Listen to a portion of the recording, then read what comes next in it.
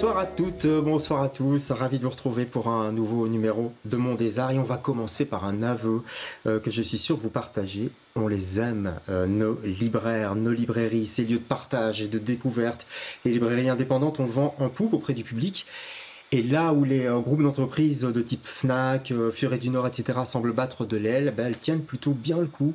Et grâce à la compétence de leurs libraires, elles séduisent une clientèle de plus en plus nombreuse. En Belgique, leur chiffre d'affaires a même augmenté en 2024 de 2 à 2,5%. Mais attention, il ne faudrait pas s'asseoir sur ses lauriers pour autant, car si ce chiffre a augmenté, il reste inférieur à l'inflation et le volume de livres vendus, lui, stagne et inquiète. Le syndicat des libraires francophones de Belgique ces jours-ci un prix des libraires indépendants, histoire de booster ce secteur.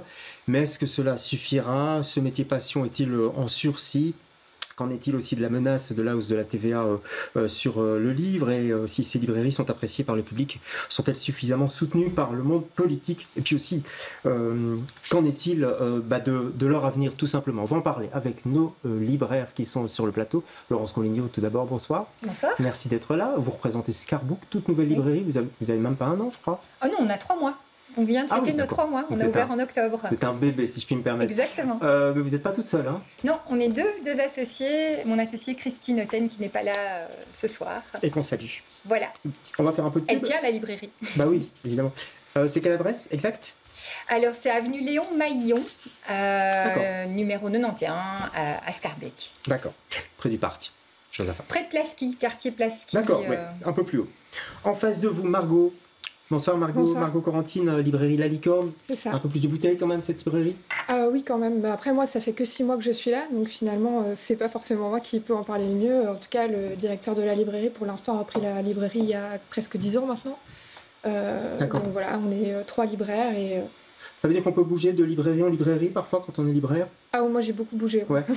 Voilà. Parce qu'aussi, c'est pas toujours évident de trouver du travail, donc ça peut arriver de cumuler les CDD. Voilà, mais pour l'instant, je suis là et ça se passe bien. Voilà. Allez, on va en parler aussi dans cette émission. Nicolas Goff est avec nous. Bonsoir Nicolas. Bonsoir. Ravi de vous avoir. Vous êtes le syndicaliste de service, si je puis dire, puisque vous représentez le SLFB. C'est quoi ce syndicat? Donc c'est le syndicat des libraires francophones de Belgique. Ouais. On a à peu près 80 membres. 80 membres, dans toute la Belgique francophone. Ouais. Donc on les représente, on fait tout un travail de lobby, de plaidoyer, mais aussi on lance des projets, on porte des projets avec l'ensemble de nos librairies. Ouais. Et puis Yves Limoges est avec nous, le vétéran de la bande, si je puis me permettre. Exactement. Ça vous offense pas? Pas du tout. Dans, librairie à livre ouvert, le raconteur, là ça date déjà cette librairie quand même. Hein. Mais il y a 3 mois, nous on a fêté nos 50 ans. Je voyais que Laurence, il y a 3 mois elle ouvrait, nous il y a 3 mois on a fêté nos 50 ans. Ouais, donc ça fait, voilà, c'est une plus longue histoire. On a encore 50 ans devant nous, vous croyez? Oui. J'ai écrit un article dans la Libre sur l'avenir de la librairie. Moi, je crois très très fort que la librairie indépendante a un bel avenir. Donc oui, je suis plutôt optimiste. Ouais, je vois Laurence qui sourit à cet optimisme. Il vaut mieux être optimiste quand même, surtout quand on se lance, non? Bah oui, absolument. C'est vrai que ce qu'on nous disait tout le temps, c'est « Ah, c'est courageux ». Et ce mot, ça nous faisait peur, parce qu'on disait « Mais pourquoi courageux ?» Mais oui, voilà. Et donc, comme si c'était casse-gueule, en fait. Faut bien le dire. Et on ne se lancerait pas si on n'était pas effectivement confiante en l'avenir. Ouais. Et on salue d'autres libraires comme La Page d'après à Louvain-la-Neuve ou Les Herbes Folles aussi à Anderlecht qui se lancent aussi dans cette formidable aventure. On va essayer d'être optimiste. Ça, il faut souligner que la librairie est encore un métier qui fait rêver beaucoup. Il y a eu même plus de 10 nouvelles librairies depuis le Covid en fait. Ouais. Donc c'est un métier qui fait encore qui fait rêver, tant mieux, parce qu'il faut des jeunes libraires qui se lancent. Ouais, et on a besoin de rêves, hein. Comment? Exactement. Allez, puisqu'on parle de rêve, petite plongée avant de commencer dans l'Angleterre de 1900, des années 50 avec le film de Bookshop, je ne sais pas si vous l'avez vu. Ah non. La librairie, c'est un film d'Isabelle Coixet, bourré de charme, regardez. No one in this village will help you. You can't run this place by yourself. Have your honest assurance that you have ample experience in the trade? And more importantly, I know I love reading. Do you realise how very little working capital you have at present? Yes. The only person here who reads is Mr. Brundage. Do you not read, Mr. Raven? I don't. Real life's enough for me. No one has plucked up courage enough to sell books in this forsaken coin of the world. That you don't really look old enough or strong enough. That's hard to say after first glance. You look old, but you don't look strong. Many of us are not at all convinced by the sudden transformation of the old house into a shop. I have read Lolita, as you asked me to. It is a good book. You've really lost your head over this one. Mrs. Violet Gummit of the Stead feels personally affronted by the current state of your window display. Thanks to her connections and acquaintances, Mrs. Gammett is a very powerful woman. Does that not concern you? No. Are you sure you've received the proper advice to run a business? There's a possible buyer for your shop. The shop is not for sale. Your wonderful campaign will make sure that town councils can acquire their historic properties. Excellent. What I value most about human beings is courage, and you, Mrs. Green, possess that quality in abundance. Surely you have to succeed if you give everything you have. It's fun working here, even if I don't like reading. She wants to get rid of you, and she won't stop until she does. But you mustn't speak to me that way. I would very much like to have met you at another time in my life. You make me believe in things I thought forgotten. Voilà, Bookshop. Et là, normalement, on a la petite larme qui arrive. En principe, quand on est au cinéma, vous me redonnez foi dans des choses que je croyais oublier. C'est beau quand même de dire ça à une libraire. Est-ce que vous avez eu déjà, peut-être dans votre courte vie de libraire, des moments chaleureux comme ça, touchants? Énormément, vraiment. Ah ouais. Et c'est un peu ce qui nous fait tenir, parce qu'il faut quand même reconnaître qu'on est très très fatigué depuis qu'on a ouvert, parce que c'est début, en fait, on ne vient pas de ce milieu-là. Ouais. Ça, c'est peut-être aussi une difficulté, mais c'est pour toutes les deux une reconversion professionnelle. On n'a pas beaucoup d'expérience. Voilà, c'est un secteur qu'on ne connaît pas bien. Et donc, ça nous aide beaucoup d'avoir des retours positifs. Et on en a vraiment très souvent. D'abord parce qu'on a rénové un lieu qui était resté abandonné assez longtemps. Ouais. Et déjà, ce travail de rénovation a fait plaisir au quartier. On voit la vitrine là, pour l'instant dans les écrans. Et puis, ils nous disent tous que c'est devenu un lieu d'échange. Ça a redynamisé vraiment le quartier positivement. Ouais. Donc pour eux, en tout cas, la majorité de nos clients sont des gens du quartier et ils sont ravis. Et ils sont ravis. Oui. Des bons moments comme ça, de rencontres avec ah bah oui, des tout le lecteurs, temps, ouais. Franchement. Quelques exemples par exemple. Je sais pas, j'en ai eu plein. Moi j'aime beaucoup le public ado. Ouais. Personnellement, je trouve que c'est vraiment un peu un challenge de réussir à faire lire des ados. Et aussi, ça nous fait sortir un peu de notre zone de confort aussi, où justement parfois ils viennent avec l'adulte, le parent, et qui est parfois un peu méprisant ou inquiet de « Ah, mon ado lit pas » ou « Elle lit pas » ou « Il lit pas, il lit que des mangas ». Et de réussir à justement pas être snob, se dire « Bah en fait, s'il lit des mangas, c'est que déjà il lit, donc c'est déjà bien ». Et c'est des moments chouettes où on réussit à connecter. Enfin, en tout cas, moi, par exemple, je lis aussi les mangas, je lis un peu de tout. Donc de pouvoir dire « Ah ouais, moi aussi, j'ai lu ça, en fait ». Ouais. Et là, on réussit à connecter et de faire des conseils. Et puis, en fait, très vite, de les faire arriver à des choses dont ils ne se sentaient pas forcément capables, en fait. Hein. Yves, un bon souvenir aussi de rencontres avec des lecteurs, lectrices. Récemment, voilà, c'est notre rôle aussi de libraire, c'est un peu de fouiller dans les livres, et un monsieur qui arrive et puis qui me demande un livre sur l'ébénisterie entre 1480 et 1530. Oui, c'est très précis, oui. Coup de chaud. Voilà, un coup de chaud. Ouais. Et bien, j'ai quand même réussi à lui trouver quelque chose sur la menuiserie au XVIe siècle. Il m'a dit, oui, mais c'est pas tout à fait ce que je cherche, mais ça ira quand même. Bon. On n'avait pas ça en stock, on a commandé et il est arrivé. Et le monsieur, c'est un plaisir aussi pour le libraire de trouver la perle rare. Oui, c'est pour vous dire que notre rôle aussi, c'est d'aller loin, de conseiller les gens. Les gens viennent chez nous pour se faire conseiller. Alors, vous lisez quand aussi? Le libraire lit, hein, mais je me demande toujours quand est-ce que vous avez le temps de lire. Je ne sais pas, ça se passe quand? Ben justement, nous, avec Christine, on se dit, mais on n'arrive plus. Ouais. C'est compliqué parce que la journée... oui, c'est ça. La journée, on en parlait... on est tout le temps occupé à faire du réassort, à faire des commandes. Vous n'êtes pas derrière votre caisse en train de lire tranquillement. Ah non, ça c'est l'image d'Épinal, mais c'est pas du tout ça. Et malheureusement, en dehors des heures d'ouverture, il y a aussi toute une gestion administrative et autres. Donc oui, le soir, quand on n'est pas en train de faire de la communication, parce qu'il y a ça aussi, les réseaux sociaux... ça a changé depuis quelques années. Il y a tout cet aspect-là, évidemment, de communiquer. Ça nous prend beaucoup de temps. Exactement. Et ça, moi, je le fais souvent le soir dans le lit, encore vite une petite story ou quelque chose. Et donc, finalement, ça mange du temps de lecture. Alors, et on est un peu frustrés. On nous l'avait dit, justement, les libraires aguerris nous avaient dit, vous allez voir, vous allez avoir moins de temps. Ils parlent comme ça, les libraires aguerris. Certains nous avaient prévenus. Les grenettes. Alors, Nicolas, c'est pas facile ce métier. Moi, je voudrais qu'on regarde une photo. C'est pas du tout les images d'Épinal, comme on dit. C'est pas du tout une image d'Épinal, c'est une photo de caisse, voilà, que vous connaissez tous. C'est les fameuses caisses qui arrivent, etc. Parce qu'on a toujours l'image du libraire tranquille derrière son comptoir qui discute avec les clients, mais il y a tout un travail de manutention même dans ce métier. Oui, c'est un vrai métier touche à tout, et c'est un vrai travail de manutention, comme vous le dites. Je pense que le libraire, il lit en dehors des heures d'ouverture de la librairie. S'il y arrive, s'il ne s'endort pas sur son livre. Après, il y a tout le reste, il y a toute la partie administrative, comptable, etc. Moi, c'est un de mes corps de métier, c'est vraiment la comptabilité. Et il n'y a pas de métier où il y a plus de factures qu'en librairie. Ah ouais ? Il y en a particulièrement en librairie ? C'est des milliers de pièces comptables. C'est hallucinant. Et n'importe quel comptable qui prend une librairie comme client...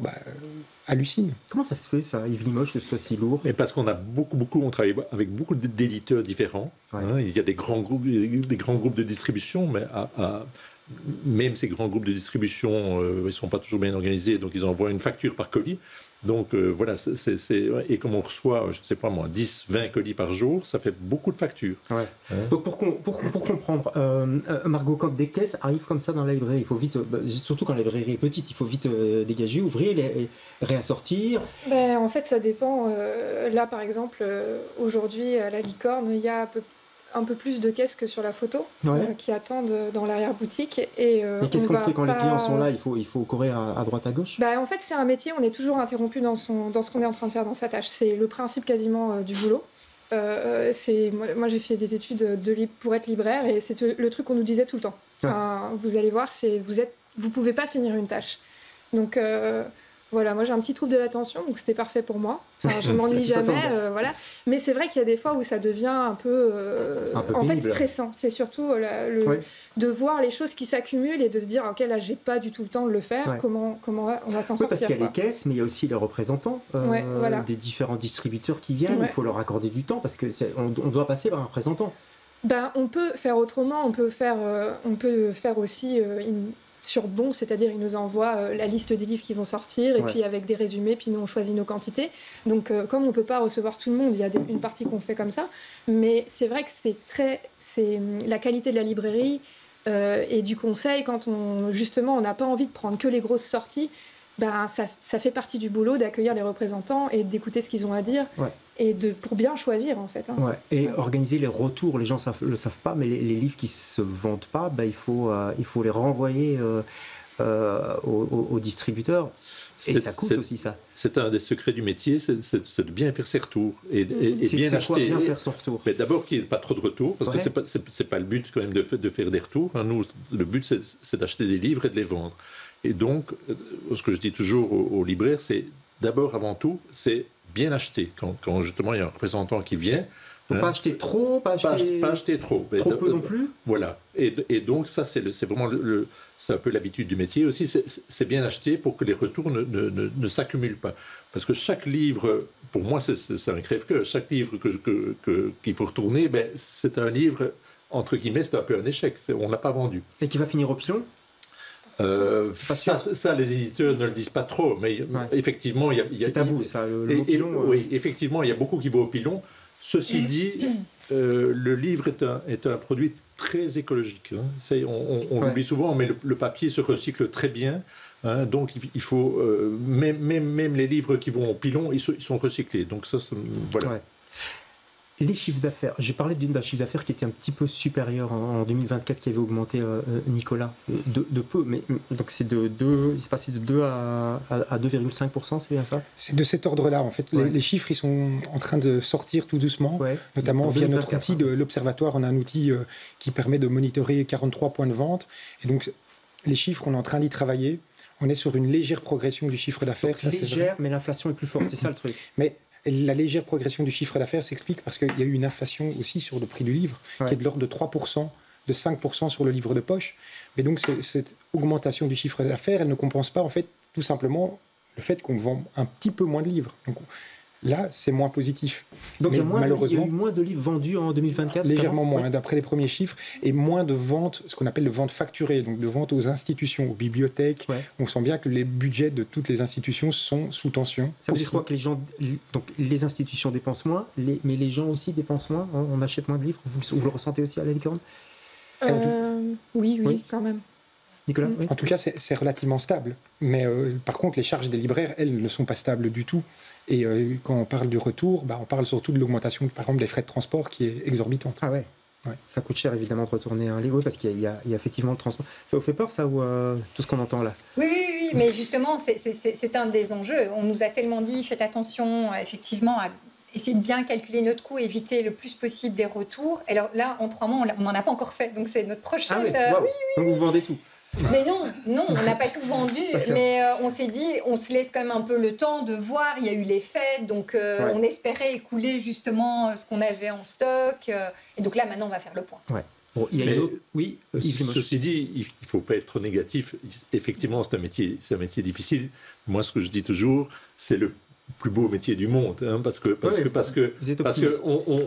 on est commerçant avant tout, mais on vend un produit qui est extraordinaire. C'est donc voilà. Oui, mais c'est ça le grand paradoxe, c'est extraordinaire et en même temps il y a des dangers. C'est pour ça que j'ai invité un syndicaliste, parce que c'est important quand même de défendre ce métier. Il y a quand même une hausse de la TVA qui vous menace. Pour l'instant, c'est un petit peu bloqué, mais on parle on passerait de 6% pour l'instant à 9%. Je crois qu'il y a une pétition qui circule d'ailleurs pour s'opposer à ça. Ça, c'est un gros problème. Ça, ce serait potentiellement un très gros problème pour les libraires, en effet. Pourquoi concrètement? Concrètement, pour le moment, la TVA, donc, elle est à 6% sur le livre en Belgique. Il faut savoir que la TVA sur le livre en France est de 5,5%. Le marché belge, en tout cas belge francophone, est tourné essentiellement vers la France. Et donc, il y a déjà un différentiel d'1,5% que le libraire prend à sa charge pour le moment, en grande partie en tout cas. Si on monte à 9%, c'est tout simplement le libraire ne pourra pas répercuter, ne pourra pas prendre à sa charge cette différence de marge qui est de l'ordre de 2,40% d'après mes calculs. Et donc, il devra le répercuter sur le prix de vente. Ou votre marge est déjà très faible. Moi, quand j'ai vu les prix des marges que vous aviez sur un livre, c'est effrayant. C'est la librairie en général, parce qu'il y a eu des études Xerfi en France, est le commerce le moins rentable. Donc on tourne entre 1 et 1,5% de rentabilité. C'est le commerce le moins rentable. En France, c'est les opticiens qui sont le plus rentables et les libraires, nous, on est tout à fait D'accord. Donc, par exemple, un livre, vous vendez un livre 20 €, ça vous revient à combien pour le libraire? Alors, concrètement, il faut faire un petit calcul. Oui, donc on a une remise sur le prix de vente du livre, ça se calcule comme ça, qui varie, la moyenne est 35%. Donc, chez les plus anciennes et plus grosses librairies, c'est un peu plus que 35%. Ah, c'est ça dépend des... Et chez les nouvelles librairies, on peut demander à Laurence, mais ça... Parfois, c'est que 30% aussi dans les... Oui. Donc nous, on a même parfois moins que 30%. D'accord. Oui. Et là, on a essayé quand même de négocier en disant, mais attendez... soutenez-nous un petit peu, parce que là, c'est vraiment très peu. Vous êtes à perte pour l'instant on n'a pas encore le retour de notre comptable, justement, sur les mois de fête. Là, c'est quand même, on vient, et c'était un enjeu pour nous d'ouvrir en octobre. Il ne fallait pas rater les fêtes, ça c'est exactement, parce que c'est ce qui va nous faire vivre le reste du temps. Alors, on sent quand même que effectivement c'est un super métier, mais vous avez envie de vous faire connaître. Vous lancez ce fameux prix des libraires indépendants, 5 livres sélectionnés par des libraires. Écoutez, je vais laisser peut-être la libraire de la petite librairie à Heusies, vous connaissez sans doute, en province de Liège, les présenter, puis on en parle juste après. Nous avons choisi, avec une douzaine de collègues libraires, les 5 titres qui nous ont vraiment plu cette année. Il s'agit de Tirez, du roman de Ronce et d'Épine, d'Hilaria ou la conquête de la désobéissance, La petite bonne, que vous connaissez déjà certainement, et de La lumière vacillante. On va vous demander de choisir votre roman préféré parmi ces 5-ci, et puis de nous faire part de votre choix à l'aide de ce QR code. Les votes seront clôturés par QR code le 16 mars. Vous avez aussi l'occasion de voter de manière plus traditionnelle sur format papier, et vous pourrez venir déposer votre bulletin de vote dans cette urne disponible à la petite librairie et dans les autres librairies participantes. Voilà, ça c'est subtil parce que ça fait amener les gens dans les librairies, c'est une volonté j'imagine, parce qu'il faut aller voter dans la librairie. Oui, c'était l'idée d'amener les clients en librairie, parce que l'idée c'est non pas le prix des libraires indépendants, mais le prix des librairies indépendantes. Donc il y avait un côté un peu par et pour, donc par les libraires, pour les lecteurs. Donc c'était vraiment une idée qui a émané évidemment de nos membres. Nous, on n'est que la cheville ouvrière. Moi, je suis l'homme qui essaye de faire en sorte que tout se passe bien d'un point de vue technique, mais l'idée, c'est que vraiment un maximum de libraires s'y retrouvent. Ouais. Margot, vous avez participé à la sélection de ces livres. Comment ça s'est passé? Parce que il faut choisir. On s'est retrouvés, on était 12 libraires, et puis... En fait, l'idée, là, pour le moment, on n'avait pas encore, vu que c'est la première édition, on n'avait pas vraiment de ligne précise. L'idée, c'était ramener vos 3 coups de cœur. C'était 5 coups de cœur par libraire. On va les faire passer d'ailleurs à l'écran, comme ça vous pourrez les enregistrer. Ça peut être finalement n'importe quoi en littérature, mais ça pouvait être de la littérature de l'imaginaire, de la littérature étrangère, ça pouvait tout à fait varier en termes de maison d'édition aussi. Donc on est arrivé avec 5 coups de cœur, on a présenté nos 5 coups de cœur les unes après les autres, et puis finalement il y a eu certains livres qu'on a retrouvés dans plusieurs sélections, notamment Hilaria de Gabriela Zalatipi était dans plusieurs libraires l'avaient choisi. Donc là, ceux-là, on les a mis de côté. Et puis après, on a décidé, on a essayé d'être variés, mais en même temps, c'est compliqué d'être... de satisfaire tout le monde. Ouais, c'est assez compliqué. C'est pas les livres les plus faciles, en plus, c'est pas les livres évidents. L'idée, c'était quand même aussi de sortir c'était d'avoir des choses qui sont accessibles, et ils sont tous accessibles pour un public assez large, et en même temps d'avoir des petites maisons d'édition, d'avoir des choses un peu plus pointues aussi, pour sortir justement de ce qu'on pourrait voir habituellement en librairie, pour montrer nos spécificités. En fait. Je vais me faire un peu l'avocat du diable, si je peux me permettre, c'est mon rôle. Oui. Il y a un seul auteur belge dans la sélection. Il n'y a pas d'éditeur belge non plus. C'est pas une occasion ratée, ça, Yves Limoges? Non, il existe le prix Rossel, qui est un prix des livres belges. Ici, nous, on voulait un prix qui soit vraiment le reflet de nos librairies. Donc c'est aussi bien... En fait, il y a pratiquement... Il n'y a pas de critères. Les critères, c'est juste des coups de cœur des librairies.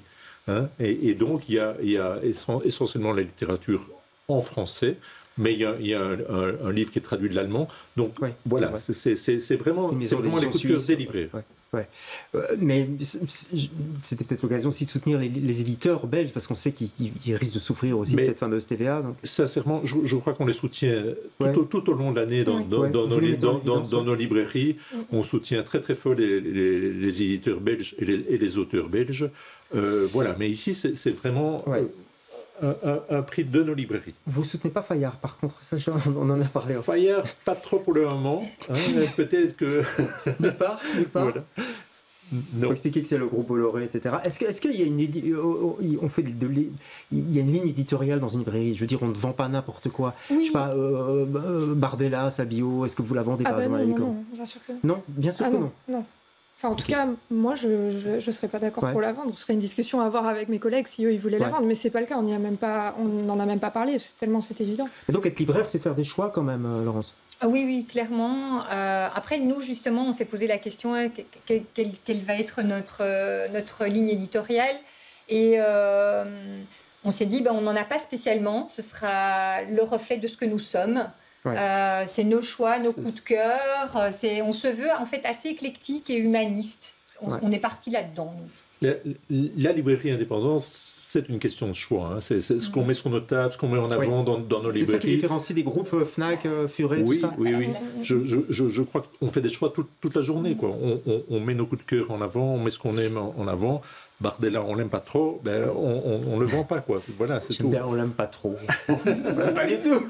Pas du tout. Vous vouliez conclure? Non, c'était plus sur en fait, quand on a une librairie qui est assez grande, disons qu'elle commence à avoir une taille un peu conséquente, généraliste, c'est important d'avoir, disons, une variété de choses à proposer. Oui. Mais ce qu'on va mettre sur les tables, ce qu'on va mettre en avant, ça va plutôt être nos convictions, nos choix. Ouais. Et c'est aussi ça qu'en fait, on vend un livre qu'on a lu et qu'on défend. Ouais. Ou alors, il y a d'autres choses qui sont des choses qui sont importantes d'avoir en librairie parce qu'on va les vendre d'office et ça nous permet de, après, pouvoir faire nos choix à nous. On comprend que les librairies sont le reflet des libraires. Ça va si je conclue comme ça? Oui, exactement. Je voulais juste citer aussi, l'émission se termine, ça va très vite, Librel. Ça, c'est le réseau anti-Amazon, c'est le réseau qui est entre vous. Quand vous ne trouvez pas et ça montre votre solidarité aussi, quand on ne trouve pas un livre dans une librairie indépendante, hop, vous êtes tous en réseau et on peut trouver via Librel le livre dans une autre... C'est la plus grande librairie de Belgique. C'est la plus grande librairie de Belgique. Merci à tous les cas d'avoir participé à cette émission. Je rappelle ce prix des librairies indépendantes, c'est important, librairie. Oui. Remise des prix le 23 avril, on sait déjà où? À Bruxelles, mais le lieu est à définir. Dans une librairie? Il sera dévoilé. On verra bien. On verra bien. Et on peut voter jusqu'au 16 mars. Allez voir les libraires, ce sont des gens formidables. Merci à tous les quatre. Merci. On se retrouve la semaine prochaine.